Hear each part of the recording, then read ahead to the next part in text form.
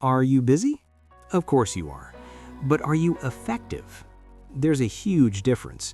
You can spend your entire life reacting to emails, putting out fires, and climbing the ladder of success, only to find it's leaning against the wrong wall. This book contains a blueprint that has guided the most successful people for decades. Today, we're extracting the 5 most powerful habits you can use to take back control of your life.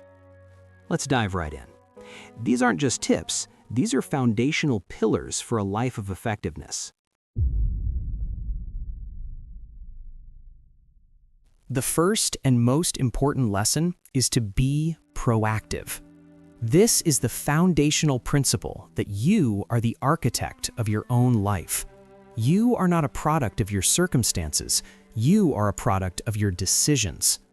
Proactive people focus their time and energy on their circle of influence, the things they can actually control, instead of reacting to external events. This habit requires you to act based on your chosen values, not your fleeting feelings. It's the key to personal freedom and the foundation of all other habits. The book gives the powerful example of Viktor Frankl, a psychiatrist who was imprisoned in the Nazi death camps. He was subjected to unimaginable torture and degradation. But Frankl realized that between what happened to him, the stimulus, and his response to it, he had a choice. He could choose his own response. While his captors could control his physical environment, they could not control his inner self. He chose to find meaning in his suffering, helping others and maintaining his own dignity. He was proactive, not reactive.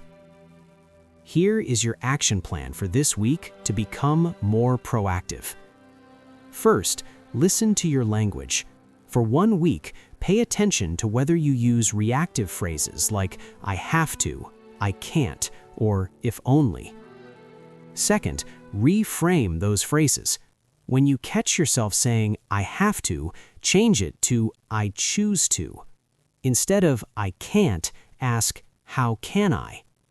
This simple change shifts your mindset from victim to agent. Third, identify one problem at work or in your life that you've been complaining about.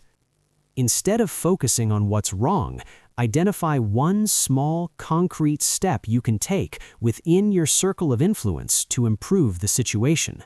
Then, take that step. The second habit is to begin with the end in mind. The principle here is that all things are created twice. First, there's a mental creation, and then there's a physical creation. This habit requires you to create a clear, compelling vision for your life by defining your core values and purpose in a personal mission statement. This end in mind becomes the ultimate compass against which you measure every single decision and action. Without it, you risk climbing the ladder of success only to discover it's leaning against the wrong wall. The book offers a powerful visualization exercise to illustrate this. Imagine you were attending a funeral. As you walk to the front of the room, you look inside the casket and see yourself. This is your funeral 3 years from today. You see the program in your hand, and there are 4 speakers: a family member, a friend, a coworker, and someone from your community. What would you want each of these speakers to say about you and your life? What character would you want them to have seen in you? What contributions would you want to have made? This week, your plan is to create the first draft of your end in mind. First, schedule 30 minutes of uninterrupted time. Go somewhere you can think clearly. Second, write down the 4 roles that are most important to you. For example, business leader, spouse, parent, community mentor. Third, for each role, write 1 sentence describing the person you want to be. What is the ultimate contribution you want to make in that role? This is the first step to creating your personal mission statement.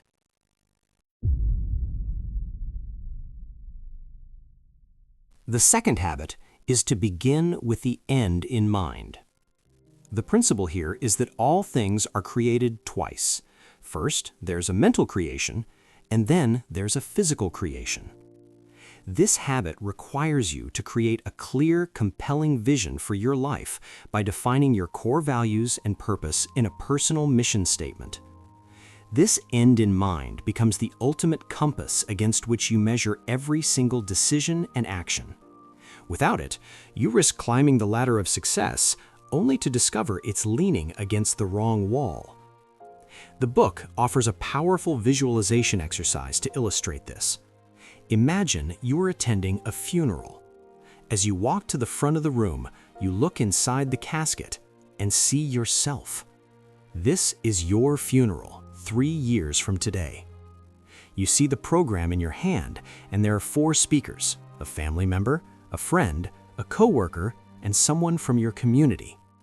What would you want each of these speakers to say about you and your life? What character would you want them to have seen in you? What contributions would you want to have made? This week, your plan is to create the first draft of your end in mind. First, schedule 30 minutes of uninterrupted time. Go somewhere you can think clearly.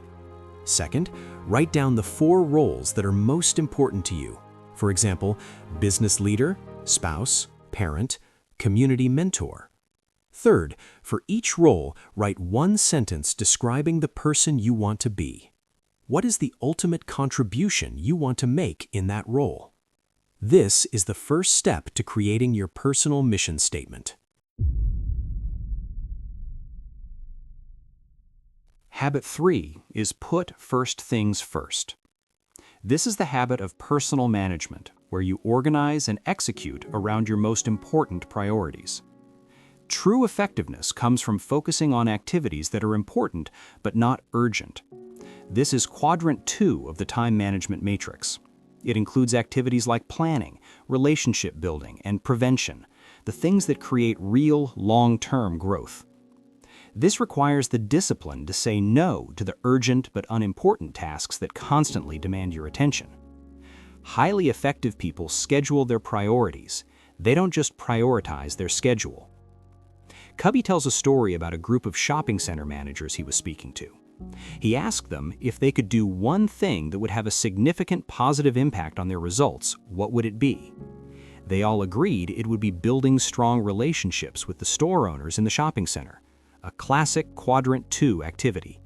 It's important, but not urgent. He then asked them how much time they spent on this activity. They admitted almost none. They were too busy with meetings, reports, and other urgent tasks. They knew what was most effective, but they weren't doing it. Here is your blueprint for putting first things first this week. First, draw the 4 quadrants of the time management matrix: urgent and important, not urgent and important, urgent and not important, and not urgent and not important. Second, identify one single activity that, if you did it consistently, would have the greatest positive impact on your professional or personal life. This activity will almost certainly be in quadrant 2. Third, schedule a specific time block this week to work on that activity. Treat it like your most important appointment, because it is. The 4th habit is a paradigm shift. Think win-win. You must forget the idea that success is a zero-sum game. This is the paradigm for human interaction that constantly seeks mutual benefit. It's a frame of mind and heart that believes there is plenty for everybody, and that one person's success is not achieved at the expense of others. Win-win is not a technique, it is a total philosophy based on integrity, maturity, and an abundance mentality. In any interdependent reality, it is the only viable long-term strategy for building trust and achieving powerful outcomes. Covey shares the story of a company president who was trying to get his department heads to cooperate instead of competing. He announced a contest. The department head who showed the most cooperation would win a trip to Bermuda. The managers, however, were still operating from a win-lose paradigm. They focused on getting the trip for themselves, not on true cooperation. The president then changed the rules. He made it a team prize. We all go to Bermuda or nobody goes. This immediately shifted the paradigm and fostered genuine collaboration. Here is your action plan to start thinking win-win. First, identify an upcoming interaction or negotiation where you feel like you're going into a competition. Second, before the meeting, write down what a win would look like for the other person. What are their goals? What are their constraints? Third, in the interaction itself, explicitly state your desire to find a win-win solution. Start by saying, I want to make sure this works for both of us. Help me understand what a win for you looks like. This simple act changes the entire dynamic of the conversation. Our final habit is perhaps the most critical for anyone who wants to lead or influence others. Seek first to understand, then to be understood. This is the single most important principle of communication. You must diagnose before you prescribe. Most people listen with the intent to reply, but effective people use empathic listening to genuinely understand another person's frame of reference, both emotionally and intellectually. This gives the other person psychological air and builds the trust required for open communication. Only after you can state the other person's position as well as or better than they can you effectively present your own ideas and achieve real influence. Covey tells a personal story about his son who was having a hard time in school. He and his wife were trying to help by giving him advice. Straighten up, apply yourself. The more they pushed, the more their son withdrew. Finally, Covey shifted his approach. He stopped trying to be understood and focused on understanding his son. He listened without judgment and learned that his son felt like he was being compared to a successful older brother. By seeking first to understand, Covey opened the door for a real conversation and a real solution. Here is your blueprint for becoming an empathic listener.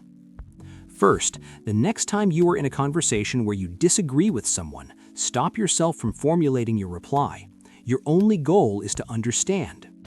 Second, listen to their words, but also pay attention to their body language and tone. What is the emotion behind the words? Third, before you share your point of view, rephrase their point in your own words and ask, do I have that right? Only when they say yes have you truly understood.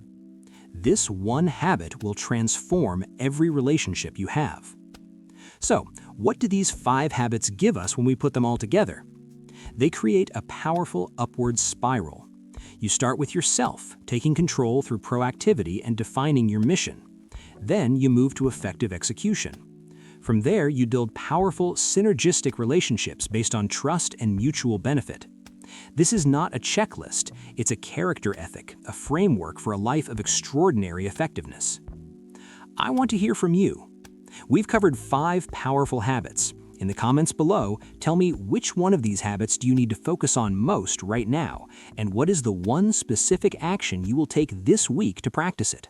Let's hold each other accountable.